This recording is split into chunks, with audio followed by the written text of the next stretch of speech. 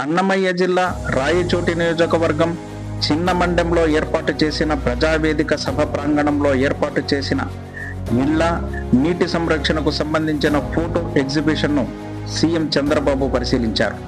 అనంతరం రాష్ట్ర వ్యాప్తంగా నిర్మాణం పూర్తి చేసుకున్న 3 లక్షల ఇళ్ల నిర్మాణాల నమూనాలను ఫోటో ఎగ్జిబిషన్ ద్వారా పరిశీలించారు.